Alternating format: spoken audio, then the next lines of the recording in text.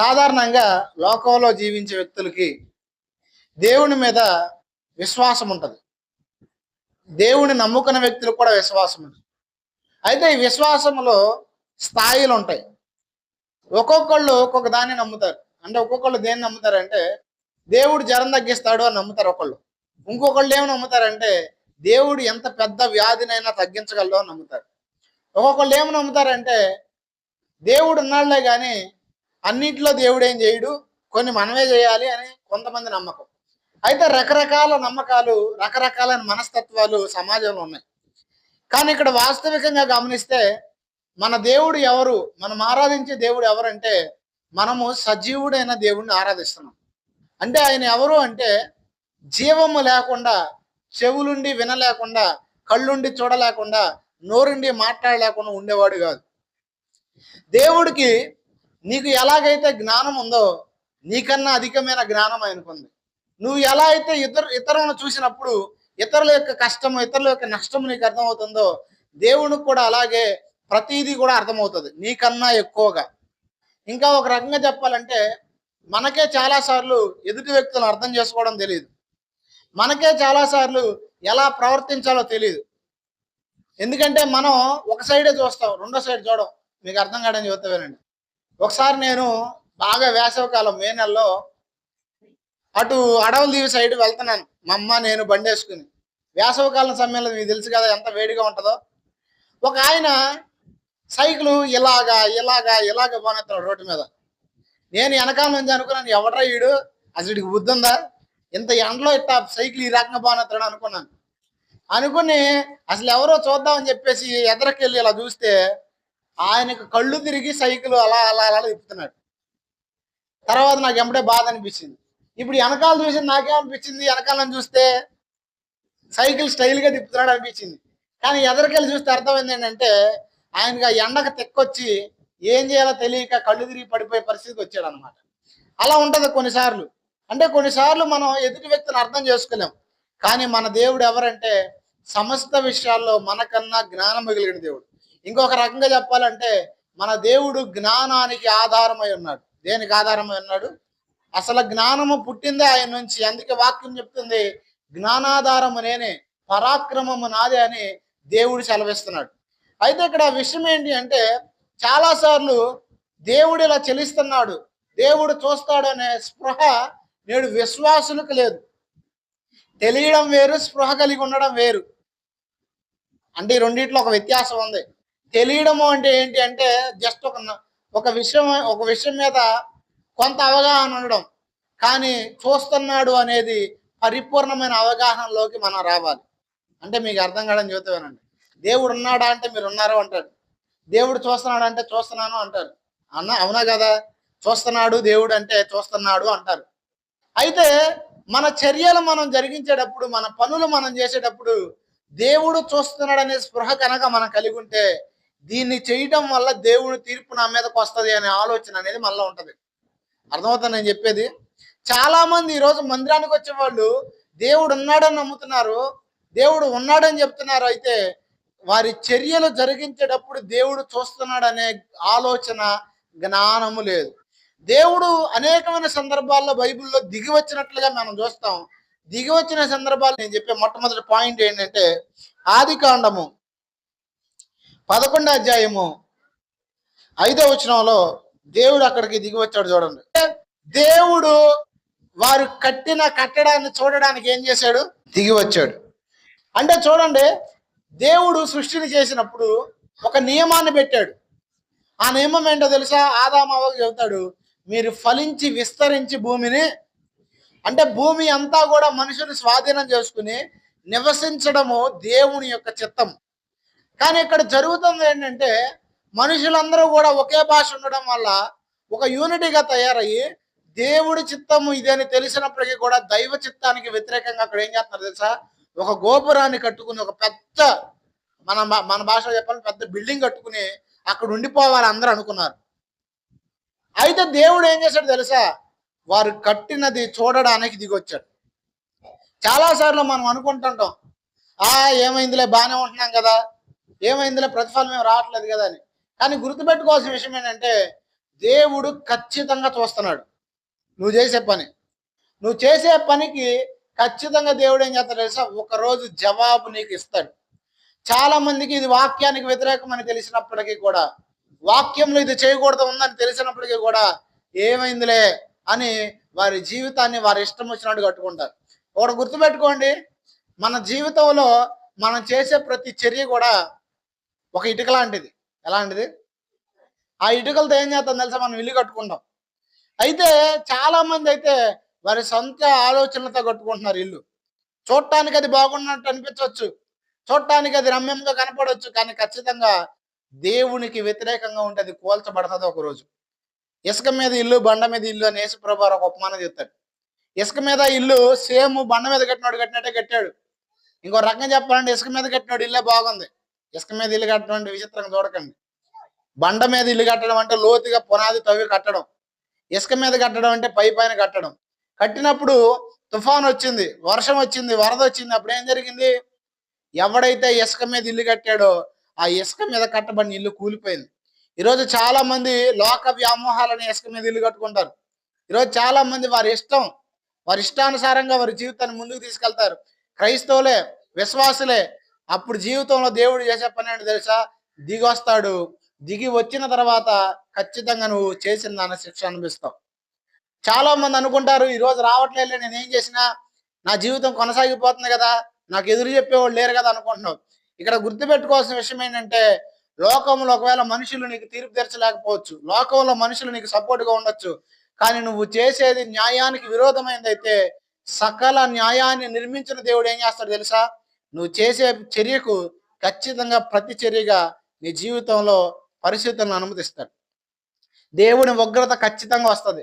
దేవునిలో ఎంత ప్రేమ అయితే ఉందో, దేవునిలో ఎంత కనికరం అయితే ఉందో, దేవునిలో ఖచ్చితంగా ఇంకొకటి కూడా ఉంది. నిస్సందేహంగా నిర్మోహమాటంగా తీర్పు తీర్చడంలో దేవుడు ఎవరో తెలుసా? న్యాయవంతుడు. ఎవరో అంటే న్యాయాన్ని తప్పి తీర్పు తీర్చడం. ఈరోజు అన్యాయంగా బ్రతికేసి అయిపోయింది అనుకోవచ్చు, కానీ గుర్తుపెట్టుకోండి, నీ అన్యాయం ఖచ్చితంగా ఒకరోజు దేవుని చెంతకు వస్తుంది. మీకు ఒక విషయం చెప్పనా?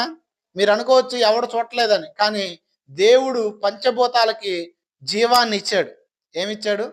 భూమి మొరపెడుతుందంట దేవుడికి. మొరపెడుతుందా లేదా? అంటే భూమికి జీవం ఉందా? ఉంది. మీకు తెలియని విషయం ఏంటంటే, సృష్టికర్త దేవుడు ఏం చేశాడు తెలుసా? ప్రతిదానికి జీవాన్ని ఇచ్చాడు. అంటే ప్రకటన గ్రంథంలో కనుక మనం పరిశీలన చేస్తే అక్కడ ఉంటది, కొంతమంది అగ్ని వల్ల చనిపోయే వాళ్ళు ఉంటారు, కొంతమంది నీళ్ల వల్ల చనిపోయే వాళ్ళు ఉంటారు. అగ్ని తనలో మరణించిన వారిని అంటే దేవునికి అప్పగించిద్దంట.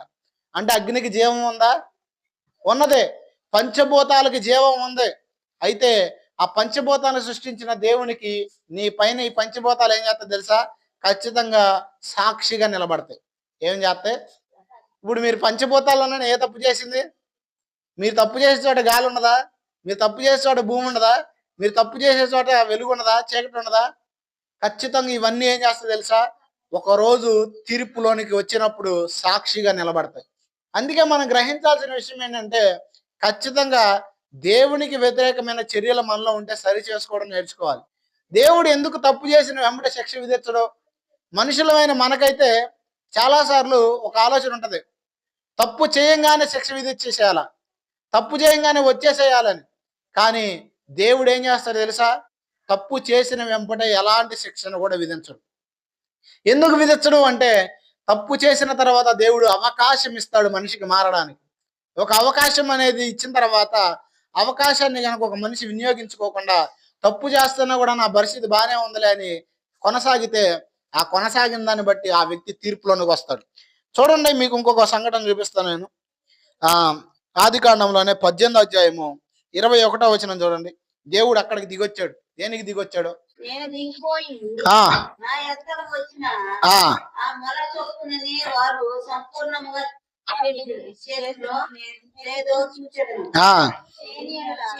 చేయని ఎడల నేను తెలుసుకుందాను. చాలు. ఇక్కడ చూడండి, దేవుడు దేని గురించి మాట్లాడుతున్నాడు అంటే, సొదొమ గొమొర గురించి మాట్లాడుతున్నాడు. సొదొమ గొమొర పట్టణాల గురించిన మొర దేవుని దగ్గరికి వెళ్ళిందంట. ఆగండి, ఇక్కడ పాయింట్ ఏంటంటే, సొదొమ గొమొరలో అందరూ పాపం చేస్తున్నారు. నీతి మంతుడు ఒకడే ఎవరంటే లోతు. దేవుడు లోతుని తప్పించాడు. ఇప్పుడు లోతు సొదొమ గొమొర్రా యొక్క మొరపెట్ల సొదొమ గొమొర్రా కోసం అయ్యేంత పాపం చేస్తున్నారని. మరి సొదొమ గొమొర్రా కోసం ఎవరు మొరపెట్టారు? ఇక్కడ చూడండి స్పష్టంగా ఉంది. సొదొమ గొమొర్రా యొక్క పాపం బహు విస్తరించినప్పుడు దాని గురించి మొరొచ్చిందండి దేవుని దగ్గరికి. అదే చెప్తున్నాడు చూడండి అక్కడ. నేను దిగిపోయి నా యొద్దకు వచ్చిన మొర చొప్పుననే. ఎవరి యొద్దకు వచ్చిందంట? అంటే దేవుని దగ్గరకు ఒక మొర వచ్చిందంట. ఏంటా మొర? సొదొమ గొమొర్రా పాపం విస్తరించింది అని. అంటే నీ పాపాన్ని గురించి మొరపెడతదా అంటే ఖచ్చితంగా మొరపెడతది. కొంతమంది దొంగతనాలు చేస్తారు. కొంతమంది ఇవ్వాల్సిన డబ్బులు ఎవరికైనా ఇవ్వాలనుకో ఎవరో, ఉండి కూడా ఎవరో. అలాంటప్పుడు జరిగేదేంటి తెలుసా? ఆ డబ్బులు దేవుడికి మొరపెడతాయి. నేను చెప్పట్లా, ఇది బైబిల్లోనే ఉంది. ఒకటి గంట కూలి ఇవ్వకపోతే అంట, ఆ కూలి అంట నీ దగ్గరుండి దేవుడికి మొరపెడతాయంట, అయ్యా నేను పలానా ఊడికి వెళ్ళాల్సిన దాన్ని వీడు నాకు ఇవ్వలేదు అని. వాక్యం స్పష్టంగా ఉంది, టైం లేదు కాబట్టి చూపించట్లే నేను. అంటే మనం చేసే ప్రతిదీ దేవుడి దగ్గరికి వెళ్ళిద్దంటే ఖచ్చితంగా మొరగా వెళ్తాయి. కొంతమంది ఎప్పుడు చూసినా అన్యాయాల అక్రమాల మీద బతికే వాళ్ళు ఉంటారు. ఎదుటి వాళ్ళ కుటుంబాలు తీసేవాళ్ళు ఉంటారు. ఎదుటి వాళ్ళ కాపురాలు తీసేవాళ్ళు ఉంటారు. ఇలా కాపురాలు తీసేవాళ్ళు ఎవరైతే ఉన్నారో ఖచ్చితంగా వాళ్ళ గురించిన మొర దేవుడి దగ్గరికి వెళ్తుంది. వెళ్తుందా వెళ్ళదా? అందుకే లోకంలో కూడా ఏమంటారు తెలుసా? నా ఉసిరు తగిలిద్దే నీకు అంటారు. తగిలిద్దా అంటే తగిలిద్ది ఖచ్చితంగా. ఎందుకో చెప్పనా? మనం చేసే ప్రతి చర్యను బట్టి ఈ సృష్టి మొర పెడుతుంది దేవుడికి. మనం చేసే ప్రతి చర్య ఖచ్చితంగా దేవుడి సన్నిధికి వెళుతుంది. అందుకే మనం చేయాల్సిందని తెలుసా? అవకాశం ఉండగా, జీవితం సరిగ్గా మారు మనసు పొందడం నేర్చుకోవాలా. దేవుడు అందుకే మనకు అవకాశం ఇస్తాడు ఎన్నోసార్లు. మనం తప్పు చేసిన వెంబడి ఎందుకు శిక్ష విధించడంటే, ఆయన తప్పు చేసిన వెంబడే శిక్ష విధించబడిన కారణము నీ మీద కనికరం చూపడానికి ఇష్టపడుతున్నాడు కాబట్టి. ఇది ఒకటి.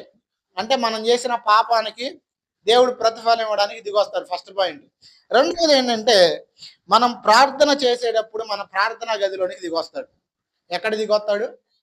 చాలా మంది క్రైస్తవులకు ఉన్న ఒక ఫీలింగ్ ఏంటంటే, దేవుడు ఎక్కడో ఆకాశం పైన ఉన్నాడు, మనం ప్రార్థన చేస్తే ఆడికి వెళ్ళిద్ది అని కొంతమంది ఫీలింగ్ అయితే, కొంతమందికి అసలు ప్రార్థన మీద నమ్మకమే ఉండదు. అంటే ప్రార్థన చేస్తే దేవుడు వింటాడనే నమ్మకం కూడా ఉండదు. కొంతమందిలో ప్రార్థన చేస్తే వింటాడని నమ్మే వాళ్ళలో ఇంకొక రకం కేటగిరీ ఏంటి తెలుసా? ఫలానా వాళ్ళు ప్రార్థన చేస్తే వింటాడు అనే ఒక నమ్మకం. ఇప్పుడు నాకు చాలా ఫోన్లు వస్తుంటాయి. ఒక్కోసారి నేను ఏదైనా పనిలో ఫోన్ ఎత్తలేదు అనుకోండి, 10-20 సార్లు ఫోన్ చేసిన వాళ్ళు కూడా ఉంటారు ప్రార్థన చేయించుకోవడానికి. మీరు కాదు, బయట వాళ్ళు. మీరు చేయలే అన్నిసార్లు. ఎప్పుడు 20 సార్లు 30 సార్లు. ఒకసారి అయితే ఫోన్ ఎత్తపోతే ఒకటి మెసేజ్ పెట్టాను నాకు, నువ్వేం పాస్టర్ అయ్యా, కష్టాల్లో ఉండి మేము ప్రార్థన చేయించుకోవడానికి ఫోన్ చేస్తే ఫోన్ ఎత్తట్లేదు అని. అట్లాంటి చాలా సందర్భాలు చూశాను. కారణం ఏంటంటే, చాలా మందిలో ఒక ఫీలింగ్ ఉంటుంది, వేరే వాళ్ళు చేస్తే ప్రార్థన వింటాడు, నేను చేస్తే ప్రార్థన వినడు అని. నేను ఖచ్చితంగా ఒక విషయం చెప్తా వినండి. నువ్వు ఏ స్థితిలో ఉన్నప్పటికీ కూడా, నువ్వే పరిస్థితిలో ఉన్నప్పటికీ కూడా, నువ్వు భక్తిగా ఉన్నా భక్తిహీనంగా ఉన్నా ఖచ్చితంగా నీ ప్రార్థన దేవుడు వింటాడు, ఖచ్చితంగా వింటాడు. అయితే నువ్వు భక్తిహీనతలో ఉంటే నీ భక్తిహీనత సరి చేసుకుని దేవుడి దగ్గరికి రావాలా. సరి చేసుకునేది కూడా దేవుడి దగ్గరే.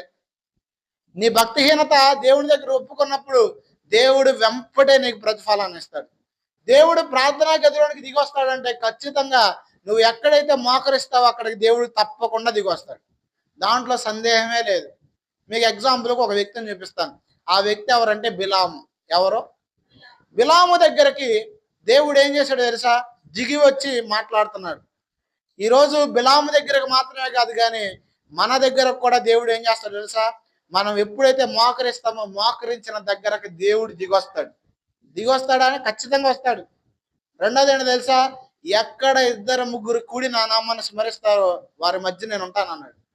ఎప్పుడైనా సరే మన కుటుంబాల్లో, మన హృదయాల్లో ఒక కార్యము బలంగా జరగాలని మనం అనుకుంటామో అప్పుడు బెస్ట్ ఏంటో తెలుసా? కుటుంబ ప్రార్థన బెస్ట్. ఏది బెస్ట్? కొంతమంది అంత దరిద్రం అనిపిస్తారు, ఎంత శ్రమలైన అనిపిస్తారు, కానీ కుటుంబ ప్రార్థన మాత్రం చేయరు. సంఘంతో కుటుంబ ప్రార్థన పెట్టుకోవాలా. రెండవది ఏంటో తెలుసా? వ్యక్తిగతంగా కూడా కుటుంబ ప్రార్థన అనేది ఉండాలి. అప్పుడు జరిగేది ఏంటంటే నీ కుటుంబంలోనికి దేవుడు దిగి వస్తాడు. అది తెలుసుకోవాలి. మీరు చాలాసార్లు మరి చూసారో చూడలేదు, నేను బోల్డు సాక్ష్యాలు చూశాను. మేము ప్రార్థన పెట్టిన చోట దేవుని మహిమ దిగి రావటం, దేవుని కార్యాలు జరగడం ఎన్నో ఉన్నాయి. అన్ని చెప్పడానికి టైం లేదు. కానీ ఎందుకు ఈ విషయాలు చెప్తున్నానంటే, మనం ప్రార్థన చేసేటప్పుడు మందిరానికి వచ్చేటప్పుడు సైతము దేవుడు చూస్తున్నాడు అనే ఒక భయం కలిగి ఉండాలి. చాలా మంది చర్చిలోకి వస్తారు, ఎట్ట పడితే అట్ట మాట్లాడుకుంటూ ఉంటారు. ఒక క్రమం ఉండదు. ఫోన్లు చూసుకుంటూ ఉంటారు, ఫోన్లు మాట్లాడుతుంటారు.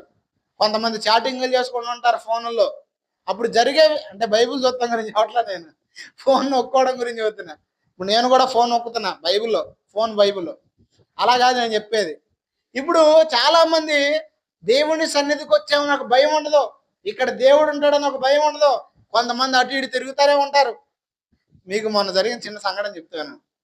మొన్న ఆరాధన చేస్తున్నప్పుడు దేవుడు నాకు ఒక చూపించాడు. ఏంటంటే ఒకరు స్టమక్ పెయిన్తో వచ్చారు ఇక్కడికని. వినండి, నేను చెప్పాను ఆరాధనలో ఏమని, ఇక్కడ కడుపులు నొప్పితే ఒకళ్ళు వచ్చారు, ఎవరు అని అడిగాను. అడిగితే ఎవరో రాలా, ఎవరు లేరు. సరే అయిపోయింది, నేను ప్రార్థన చేశాను, అయిపోయింది. అయిపోయిన తర్వాత రెండో వారంలో అక్కడ ఉంటారు కదా ఇద్దరు సిస్టర్స్, ఒక ఆవిడ మంచినీళ్ళు తాగడానికి వెళ్ళిందంట. అన్న నువ్వు పిలిచావంట కదా నేనే అని రెండో వారంలో వచ్చింది ఆవిడ. అంటే ఇప్పుడు దేవుని సన్నిధిలో ఉన్నప్పుడు, దేవుడు దర్శించేటప్పుడు మనం ఎలా ఉండాలా అంటే, తనేదో పెద్ద ఘోరాలు నేరాలు చేసిందని చెప్పట్లా, అర్థం కాదని చెప్తున్నా. మనము దేవుని సన్నిధిలో వాక్యాన్ని వింటున్నప్పుడు కానీ, ఆరాధనలో ఉన్నప్పుడు కానీ, మనము గనక స్పృహ లేకుండా ఉంటే, అటు ఇటు తిరుగుతూ ఉంటే కోల్పోతాం మనం దేవుని సన్నిధిలో చాలా విషయాలు. అందుకే మనము మందిరానికి వచ్చేటప్పుడు ఇక్కడ దేవుడు ఉన్నాడనే భయముతో ఉండాల. అందుకే ప్రసంగి గ్రంథంలో అంటాడు, ఏమని అంటాడు, నీవు దేవుని మందిరమునకు పోయినప్పుడు నీ ప్రవర్తన ఎలా ఉండాలంట, జాగ్రత్తగా ఉండాలా. ఇంకో విషయం ఏంటి చెప్పనా, చాలా మంది ప్రార్థన చేసేవారు దేనికోసం చేస్తారు తెలుసా, గొప్పల కోసం చేసేవాళ్ళు ఉంటారు ప్రార్థన. ఎప్పుడూ కూడా మీకు సమాజంలో గుర్తుపెట్టుకోండి, ప్రార్థనకు అవకాశం ఇస్తే విస్తరించి ప్రార్థన ఎప్పుడు చేయొద్దు. ఇప్పుడు నేను ఒక ఇంటికి వెళ్ళాను, గృహపూడి జరుగుతుంది.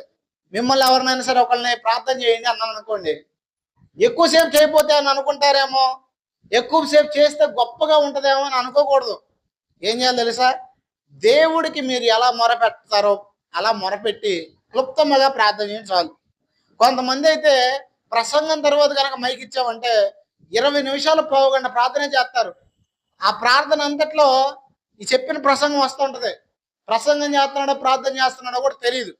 ఇలాంటి ప్రార్థన వద్దు.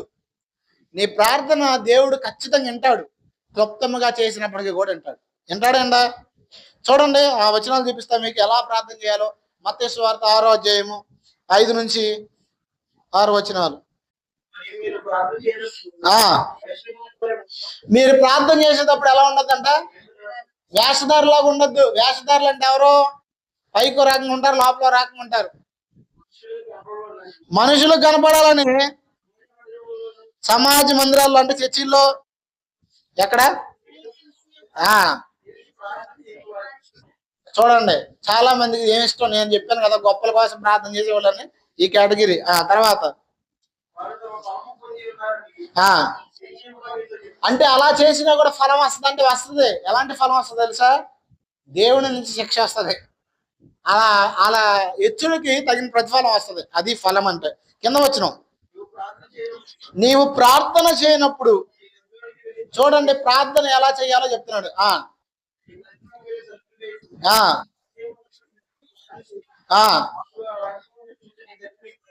చూడండి, రహస్యమందున నీ తండ్రి అంటే సమాజంలో ప్రార్థన చేయకూడదా, సంఘంలో ప్రార్థన చేయకూడదంటే అది కాదు దీని అర్థం. దీని అర్థం ఏంటి అంటే, ఏదో గొప్ప వచ్చేస్తుంది అని ప్రార్థన చేయకూడదు. ప్రార్థన మనం ఎలా చేయాలంటే, దేవుడు ఇక్కడ ఉన్నాడు, దేవుడు వింటున్నాడు, దేవుడు చూస్తున్నాడనే భయముతో చేయాలి. అర్థమైందా? ఇది రెండో పాయింట్. ఫస్ట్ పాయింట్ ఏంటి, నీ పాపమునకు శిక్ష విధించడానికి దేవుడు దిగొస్తాడు పరిస్థితుల్లో. రెండవది, నువ్వు ప్రార్థన చేసేటప్పుడు దిగొస్తాడు. మూడవది ఏంటి తెలుసా, నీ పరిస్థితుల్లోకి ఆయన దిగొస్తాడు. ఒకటి పాపంలోనికి, రెండవది ప్రార్థన, మూడవది ఏంటో తెలుసా, పరిస్థితుల్లోకి. చాలాసార్లు కొన్ని పరిస్థితుల్లో మనం ఏం చేయాలో మనకు తెలియని స్థితిలో వస్తాయా రావా? అప్పుడు మనకి ప్రార్థన చేయబుద్ధి కాదు, వాక్యం వినబుద్ధి కాదు, దేవుడి దగ్గరికి రాబుద్ధి కాదు, అసలేమీ చేయబుద్ధి అవ్వదు. ఇప్పుడు ఒక్కొక్కసారి ఏం చేయాలో మనకు తెలియదు. అలాంటి తెలియని పరిస్థితుల్లో మనం ఏం చేస్తామంటే సొంత నిర్ణయాలు తీసుకుంటాం, ఏది పడితే అది చేస్తాం. కొంతమంది అయితే వారు ఏం చేయాలో వారికి తెలియక సూసైడ్ చేసుకుందామని ఆలోచన కూడా చేస్తారు. నిన్న ఒక ఆవిడ ఫోన్ చేసింది, ఒంట్లో బాగోలా, ఇంట్లో బాగోలా, చచ్చిపోతే బాగుంటుందయ్యా, నేను సాగు కోసం ఎదురు చూస్తున్నాను, ఒక్కోసారి అసలు సూసైడ్ చేసుకుందాం అనుకున్నానని చెప్పింది, ప్రార్థన చేయించుకోవడానికి చేసి. కొంతమంది పరిస్థితులు అలా ఉంటాయి, ఏం చేయాలో తెలియదు. అయితే నేను చెప్తున్నాను, నువ్వు గనక ఆయనకు అవకాశం ఇస్తే ఆయన ఖచ్చితంగా నీ పరిస్థితుల్లోనికి దిగి రావాలి అని కోరుకుంటున్నాడు. ఒకవేళ నీ పరిస్థితుల్లో ఏం చేయాలో నీకు తెలియకపోవచ్చు, నువ్వు గనక ఆయన మాట వింటే జరిగేది ఏంటంటే రైట్ గైడెన్స్ ఆయన ఇస్తాడు. ఖచ్చితంగా సరి అయిన త్రోవ ఆయన చూపిస్తాడు. మీకు అర్థం కావడానికి ఒక విషయం చూపిస్తాను. 6వ వచనం నుంచి, ఆదికాండం 16వ అధ్యాయం. ఆ ఆ ఆ ఆ ఆ ఆ ఆ ఆ చాలు, ఒక్క నిమిషం ఆగండి, మళ్ళీ చదువుదాం. ఇక్కడ పరిస్థితి ఏంటంటే శారాకి చాలా సంవత్సరాలు పిల్లలు లేరు. పిల్లలు లేకపోవడాన్ని బట్టి శారా ఒక ఆలోచన చేసింది. ఆలోచన ఏంటి? దాసిని తన భర్త దగ్గర పంపిస్తే ఆ దాసి ద్వారా పిల్లలు కలుగుతారు అని ఆలోచన చేసి పంపించింది. పంపించిన తర్వాత జరిగింది ఏంటంటే, అసలు దాసి అంటే ఎలా ఉండేదంటే ఆ టైంలో గజగజ వణికిపోయేవాళ్ళు యజమానులు అంటే. వాళ్ళు చంపేసినా కూడా దిక్కు దివాణా లేదనమాట. ఆ పరిస్థితులు ఉండేవి. కానీ ఇక్కడ జరిగిన విషయం ఏంటంటే, ఎప్పుడైతే హాగరు గర్భవతి అయిందో శారాని చిన్న చూపు చూసిందంట. అప్పుడు శారా, నేనే నీకు తను ఇచ్చాను, నువ్వు ఇలా చేస్తున్నావు అని చెప్పి అబ్రహాంతో అంటే, అబ్రహాం అంటాడు, నాకైతే తెలియదు, నీ దాసి నీ ఇష్టం అని. అన్నప్పుడు శారా ఏం చేసిద్దంటే ఈ హాగర్ను శ్రమ పెట్టిద్ది. ఏం పెడుతుంది? అప్పుడు ఈ హాగర్ ఏం చేస్తుందంటే పారిపోయిద్ది. పారిపోయినప్పుడు దేవుడు దూత హాగర్ యొద్దకు దిగి వచ్చి అడుగుతున్న ప్రశ్న ఏంటో చూడండి కింద. 8వ వచనం, శారాయి దాసివైన హాగరు ఎక్కడి నుంచి వచ్చితివి, ఎక్కడికి వెళ్ళుచున్నావా అని అడిగినందున, చాలు. ఇక్కడ చూడండి, బాగా గమనించండి. దూత 2 ప్రశ్నలు అడిగాడు. ఎవరిని? హాగర్ని. ఏంటి ఆ 2 ప్రశ్నలు? ఒకటి, ఎక్కడి నుంచి వచ్చావు? రెండవది, ఎక్కడికి వెళుతున్నావు? ఎక్కడి నుంచి వచ్చావు అనే ప్రశ్నకు హాగర్ దగ్గర సమాధానం ఉంది, కానీ ఎక్కడికి వెళుతుందో అనే దానికి హాగర్ దగ్గర సమాధానం లేదు. అధ్యాయం మొత్తం చదవండి, మీరు చదివినా కూడా హాగరు ఎక్కడికి వెళుతున్నాను అనేది చెప్పలేదు దూతకి. ఎందుకంటే హాగర్కే తెలియదు ఎక్కడికి వెళ్ళాలో. చాలాసార్లు మన పరిస్థితులు ఎలాగ ఉంటాయి, ఎక్కడికి వెళ్ళాలో తెలియదు, ఏం చేయాలో తెలియదు, ఏమవుతుందో తెలియదు. కానీ నేను ఒక విషయం చెప్తున్నాను, నీ భవిష్యత్తుని గురించి ఎన్నడూ కూడా నువ్వు దిగులు పడడానికి వీల్లేదు. ఎందుకంటే నీ భవిష్యత్తుని నిర్ణయించాడు ఆల్రెడీ దేవుడు. భవిష్యత్తుని ఏం నిర్ణయించాడు తెలుసా? నువ్వు ఓడిపోవడాన్ని నిర్ణయించలా, నువ్వు కీడుని అనిపించడాన్ని నిర్ణయించలా, నువ్వు ఓడిపోవడాన్ని పడిపోవడాన్ని దేవుడు నిర్ణయించుంటే ఎప్పుడో పడిపోవాలా. మరి దేవుడు నిర్ణయించింది ఏంటో తెలుసా? నీ భవిష్యత్తు అంతటిలో దేవుడు విజయాన్ని నిర్ణయించాడు.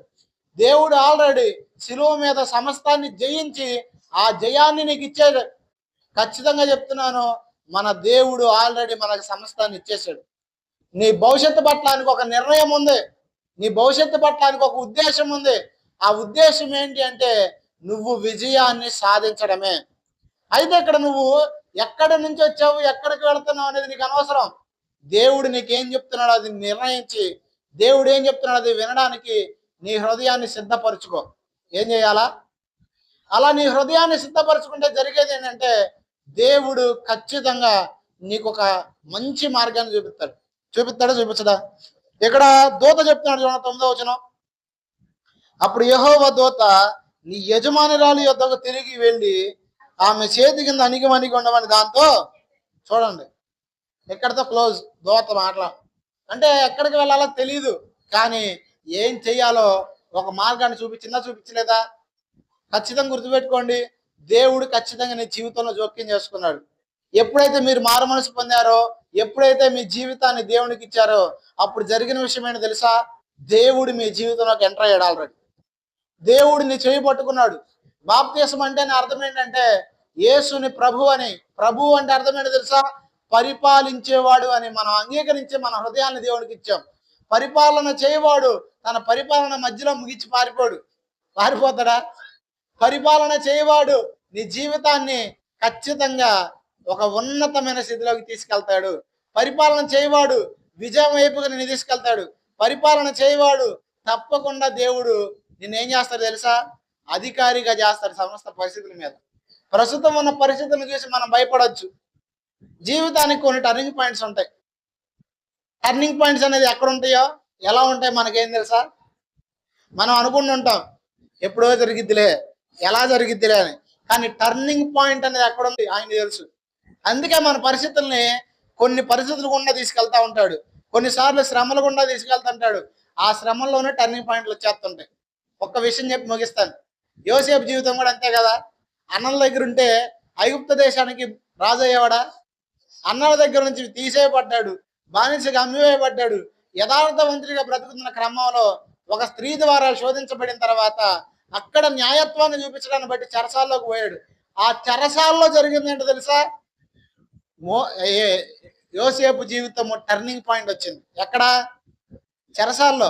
చెరసాల్లో టర్నింగ్ పాయింట్ వచ్చిందా అంటే ఖచ్చితంగా వచ్చింది. ఎందుకో తెలుసా? దేవుడు అక్కడ నిర్ణయించాడు. అందుకే నీ జీవితంలో నువ్వు శ్రమ అనిపిస్తున్నా, దరిద్రం అనిపిస్తున్నా, కష్టం అనిపిస్తున్నా, ఒకవేళ ఏ పరిస్థితి గుండా నువ్వు వెళ్తున్నా, ఎప్పుడు ఆ పరిస్థితి నుంచి నిరుత్సాహపడొద్దు. ఎందుకంటే నీ చెయ్యి పట్టుకున్న దేవుడు నిన్ను విడిచిపెట్టేవాడు కాదు, నిన్ను దాటిపోయేవాడు కాదు. ఖచ్చితంగా ఆయన నీ జీవితంలో కలగజేసుకున్నాడు కాబట్టి నీ జీవితంలో ఆయన విజయాన్ని ఇస్తాడు. అర్థమైందా? 3 విషయాల్లో దేవుడు దిగొస్తాడని చెప్పాను. ఫస్ట్, పాపము చేస్తే తీర్పు విషయంలో దిగొస్తాడు. 2, మూడో తెలీదా? మీ పరిస్థితుల్లోకి దిగొస్తాడు. అర్థమైందా? మీ పరిస్థితులు మారుస్తాడు.